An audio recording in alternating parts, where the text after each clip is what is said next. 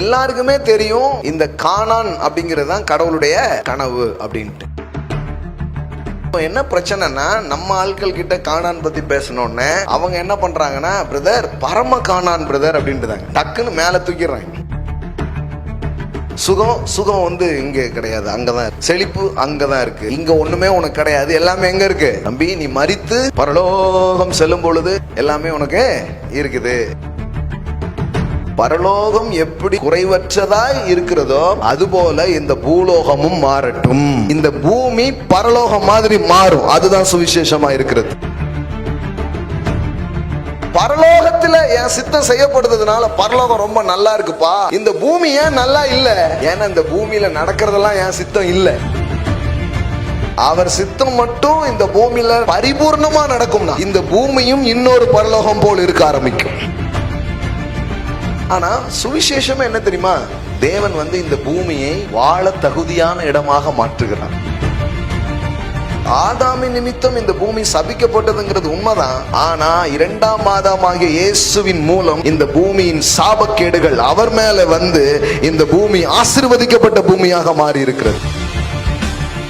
பாருங்க, பொல்லாத காலமாய் விட்டு ஏசப்பா சீக்கிரம் வரணும்னு ஜோம் பண்ணுங்க, நாம எல்லாம் போயிருவோம் அப்படின்னு ஜோம் பண்ணிட்டு இருக்காங்க. ஏசப்பா வந்து பூமியை விட்டு போறதுக்காக உங்களை வைக்கல, இந்த பூமியை பரலோகம் போல மாத்துறதுக்காக உங்களை வச்சிருக்கிறாரு. இந்த பூமி சொர்க்க பூமியாய் மாறும், வியாதியற்ற பூமியாய் மாறும், துக்கங்கள் இல்லாத பூமியாய் மாறும். வீடு இங்க கட்ட முடியுமா? இல்ல சொல்றாங்க. பரலோகத்திலே அங்கு கடவுள் உனக்கு வீடு கட்டி கொண்டிருக்கிறார். இன்னும் டைல்ஸ் வேலை முடியல. கத்தர் வந்து இந்த பூமியில ஒரு வீடு இல்லைங்க, கடவுள் வந்து சொல்றாரு, என்ன நீ நம்பினா ஒரு நாடே நீ கட்டுவேங்கிறார். தூதர்கள் வந்து பரலோகத்துலதான் இருக்கிறாங்க, பூமியில வந்து பாட்டு படிக்கிறாங்க. என்ன பாட்டு படிக்கிறாங்க? பரலோகத்தில் சமாதானம் இருக்கிறது, பரலோகத்தில் சமாதானம் இருக்கிறது அங்கே அப்படின்னு பாட்டு படிக்கல. அந்த தூதர்கள் இந்த பூமியில இறங்கி இருக்கிறாங்க. இப்ப பூமியில நின்னுகிட்டு பாட்டு படிக்கிறாங்க. என்ன பாட்டு படிக்கிறாங்க? பூமியிலே சமாதானம். நம்ம peace on heaven, peace on heaven நினைச்சுட்டே இருக்கோம். ஆனா வேதவசனம் வந்து பீஸ் ஆன் எர்த். உங்க வீட்டுக்குள் சமாதானம், உங்கள் உறவுகளுக்குள் சமாதானம், பட்டணத்திலே ஒரு சமாதானம், உங்கள் தேசத்திலே ஒரு சமாதானம்.